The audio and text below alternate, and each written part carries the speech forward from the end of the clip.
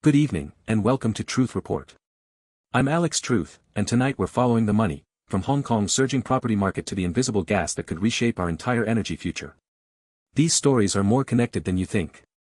I'm Maya Clarity, and what we've uncovered tonight is a pattern that stretches from ice cores drilled thousands of meters below the Antarctic surface to the halls of the European Parliament. The thread connecting them? Hydrogen, a molecule so small it slips through pipelines, and apparently through the cracks in our climate policy too.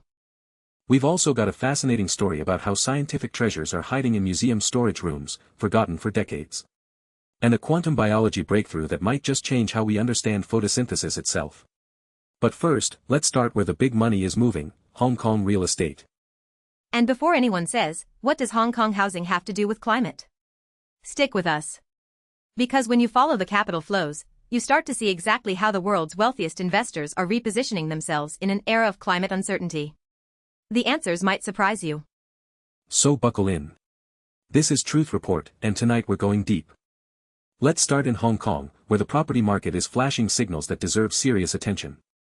According to the South China Morning Post, the city's lived-in home prices posted a 0.53% month-on-month gain in January, pushing the index of second-hand home prices to 301.4, the highest level in 19 months.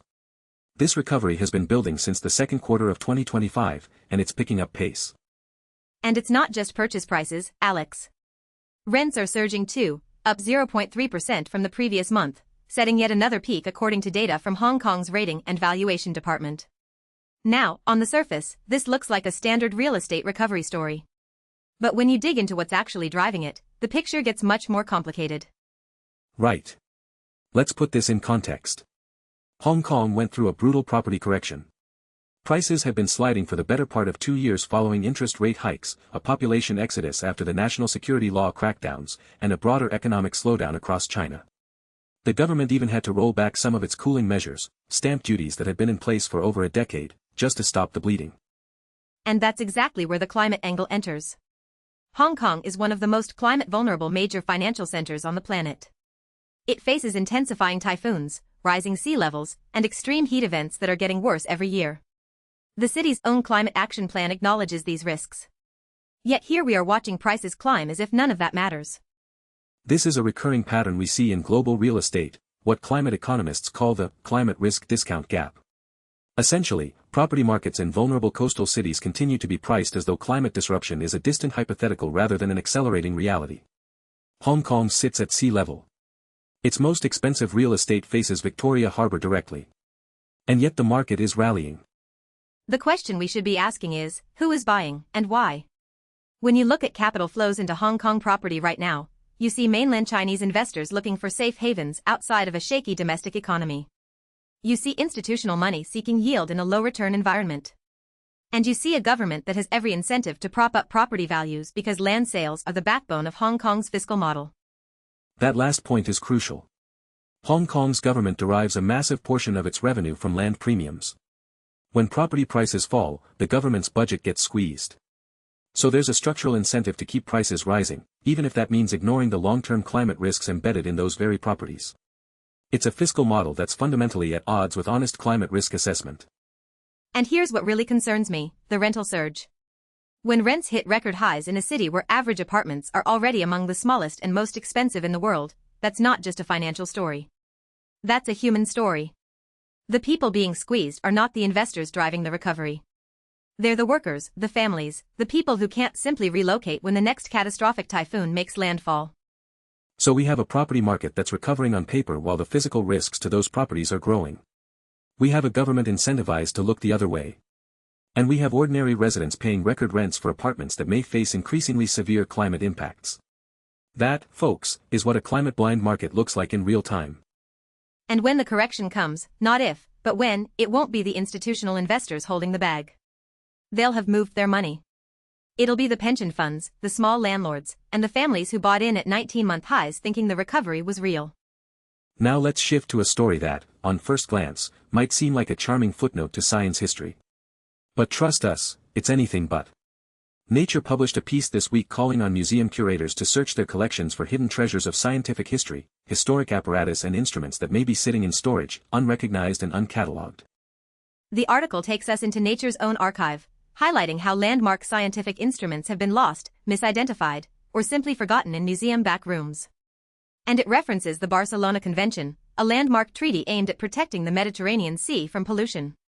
These are threads from different decades that share a common warning: we have a habit of forgetting what we've already learned. And this is where the climate relevance becomes profound. Think about what we're actually talking about here. We live in an era where climate science is constantly under attack, where politicians and industry lobbyists claim that the evidence is uncertain or that we need more data before acting. Meanwhile, the physical instruments that helped establish foundational climate and environmental science are literally gathering dust in museum storage rooms. It's a metaphor that's almost too perfect. The tools we use to first understand atmospheric chemistry, ocean temperature changes, and pollution patterns, the very hardware of scientific discovery, are being neglected. And at the same time, the knowledge those instruments helped produce is being dismissed by policymakers who find it inconvenient. We are simultaneously forgetting our scientific heritage and ignoring its lessons. The Nature piece specifically highlights how a reader called for museum curators to actively search for historic scientific apparatus. This isn't just about preservation for its own sake. These instruments represent a chain of evidence. When you can show someone the actual device that measured atmospheric composition in the 19th century, and then compare those readings to today's data, you're telling an irrefutable story. You're making the abstract concrete. And the Barcelona Convention reference is equally telling. That treaty, aimed at protecting the Mediterranean from pollution, was a landmark moment in international environmental cooperation. Nature covered it extensively. Yet decades later, the Mediterranean still faces severe pollution, overfishing, and warming. The treaty exists. The science was clear. And yet implementation has been painfully slow. This is the pattern we see over and over again in climate and environmental policy. The science gets done. The evidence gets collected. International agreements get signed. And then institutional memory fades, political will evaporates, and we find ourselves rediscovering problems we already solved on paper decades ago. It's not a knowledge gap, it's an implementation gap driven by political and economic interests. So when Nature says treasures of scientific history could be hiding in plain sight, I hear a deeper message. The solutions to our environmental crises are also hiding in plain sight. They're in treaties we've already signed, in data we've already collected, in technologies we've already developed. The obstacle isn't ignorance, it's the deliberate choice to look away. And that brings us to what may be the most significant scientific story of the week. Researchers have produced the first ice core record of historical atmospheric hydrogen levels, published in Nature. And the findings are, frankly, alarming. This ice core data reveals that atmospheric hydrogen levels vary in response to climate change and have increased drastically due to human activity since the pre-industrial era. Let me break down why this matters so much. We talk a lot about carbon dioxide and methane as greenhouse gases, and rightly so. But hydrogen has been the quiet variable in the climate equation. It's not a greenhouse gas itself in the traditional sense, it doesn't directly trap heat the way CO2 does. But hydrogen has powerful indirect effects on atmospheric chemistry.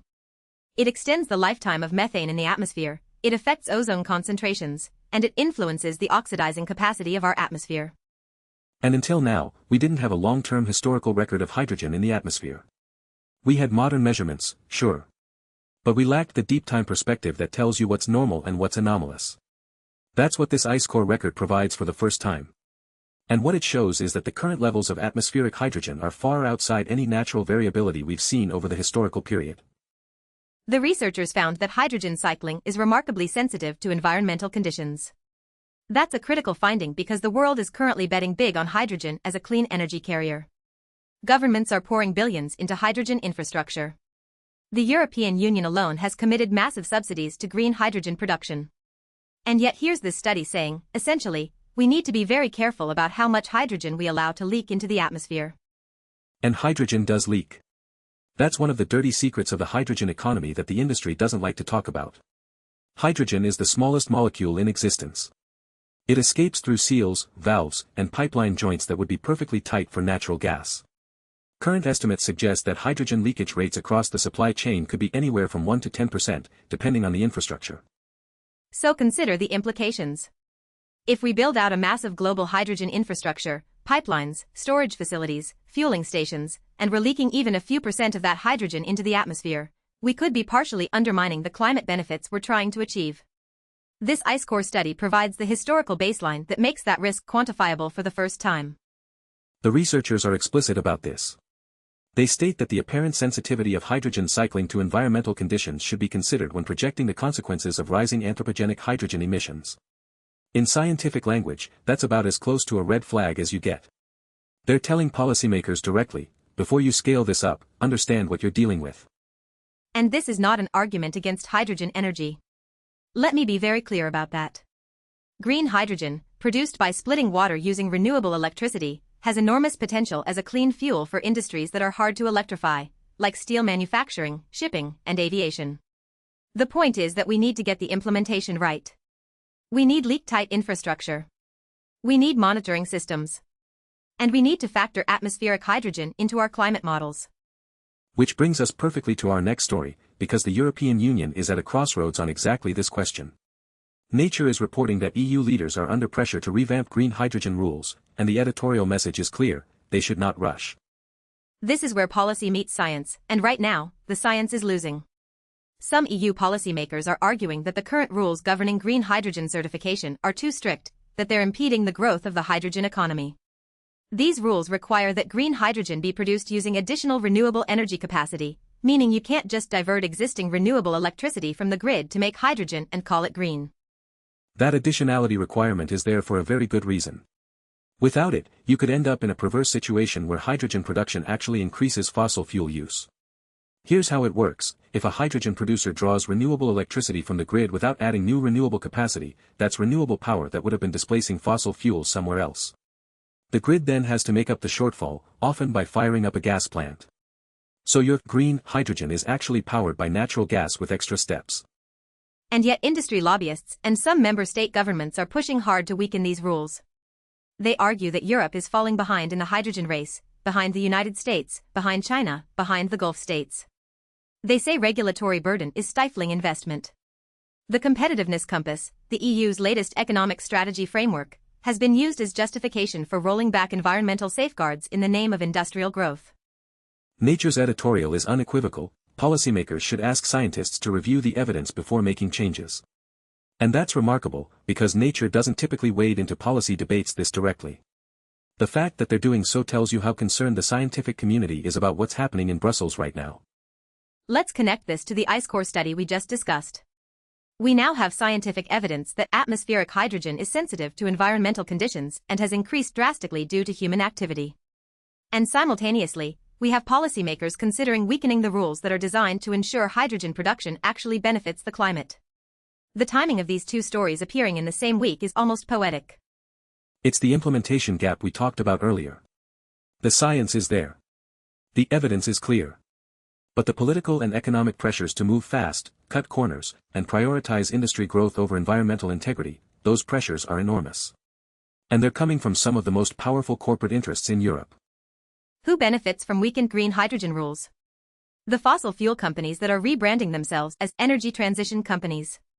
The industrial gas giants that want to produce hydrogen from natural gas with carbon capture, so-called blue hydrogen, and have it treated equivalently to genuinely green hydrogen.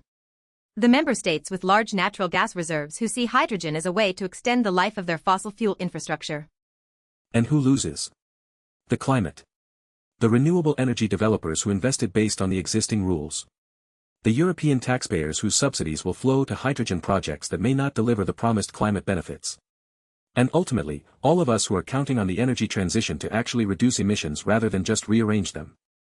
The Nature editorial makes a critical point: the EU's existing green hydrogen rules were developed through extensive scientific consultation. They represent the best available evidence on what it takes to ensure hydrogen production is genuinely climate-friendly. Weakening them without equivalent scientific review would be a triumph of lobbying over evidence. Now, our final story takes us into territory that might sound esoteric, but bear with us, because it's a window into the future of clean energy research. A new paper on the preprint server AR14 describes a breakthrough in understanding how the Photosystem 2 reaction center works at the quantum level. That's the molecular machinery inside plants and algae that splits water using sunlight, the engine of photosynthesis. For those who aren't quantum physicists, and I'm guessing that's most of our audience, let me translate what's happening here. Plants have been doing something extraordinary for billions of years. They take sunlight, water, and carbon dioxide, and they turn them into energy and oxygen. The specific part of that process where water gets split, that's Photosystem 2. It's essentially nature's own hydrogen production facility, And it does it with an efficiency that our best industrial processes can't match. The researchers used something called the Bethe-Salpeter equation, a tool for many-body perturbation theory, to describe how the protein environment around the photosystem 2 reaction center influences the behavior of excitons. Excitons are the quantum particles of energy that carry light energy through the photosynthetic machinery. Understanding how they behave is key to understanding why photosynthesis is so remarkably efficient. What makes this paper significant is that this kind of fully quantum mechanical many-body description has been computationally inaccessible until now. The calculations are so demanding that previous approaches had to rely on approximations that missed important physics. This team found a way to account for how the surrounding protein environment, the electrostatic fields created by thousands of atoms in the protein scaffold, actually renormalizes the exciton energies. In other words, the protein isn't just a passive container. It's actively tuning the quantum physics of energy transfer. And here's why this matters for the climate and energy conversation. If we can truly understand how nature achieves near-perfect efficiency in water splitting and light harvesting, we can potentially design artificial systems that do the same thing. Imagine solar panels that work like leaves, splitting water directly into hydrogen and oxygen using sunlight, with minimal energy loss. That's the holy grail of renewable energy research. It connects directly to the hydrogen stories we've been discussing. Right now, green hydrogen production relies on electrolysis, using renewable electricity to split water. It works, but there are efficiency losses at every stage. Nature does it better. And this quantum biology research is getting us closer to understanding exactly how nature does it, which is the first step toward replicating it artificially. There's also a profound philosophical point here. We've spent decades trying to engineer our way to clean energy, often using brute force industrial approaches. Meanwhile, a leaf on a tree has been solving the same problem with quantum-level precision for 2 billion years. The arrogance of ignoring nature's solutions while pouring billions into inferior industrial alternatives, that's something our policymakers should reflect on. And this research team's work shows that the protein environment, the biological context, is essential to the quantum efficiency. You can't just isolate the reactive molecules and expect them to work the same way. The whole system matters. That's a lesson that applies well beyond quantum biology. In climate policy too, context matters. You can't isolate hydrogen from the energy system it operates within. You can't separate real estate prices from climate risk. Everything is connected. The computational breakthrough here is also noteworthy. The fact that these calculations were previously impossible but are now achievable suggests we're entering an era where quantum-level modeling of biological processes becomes routine. That opens doors not just for artificial photosynthesis but for understanding how ecosystems respond to climate stress at the most fundamental level. Exactly. When we understand the quantum mechanics of how proteins respond to their environment, we gain insight into how organisms might respond to changing environmental conditions, higher temperatures, different atmospheric compositions, altered light conditions. This is basic science with enormous applied potential. So let's pull all of this together, because tonight's stories form a picture that's both troubling and, in some ways, hopeful. We started in Hong Kong, where a property market is booming while climate risks mount, a market that's pricing in recovery but not pricing in reality. Capital is flowing to vulnerable coastal real estate as if sea level rise and intensifying typhoons are someone else's problem. Then we went to museum storage rooms, where the instruments that helped build our understanding of the natural world are being forgotten, a perfect metaphor for how we treat inconvenient scientific knowledge. We have the evidence. We have the tools. We have the treaties. What we lack is the institutional will to remember and act on what we already know.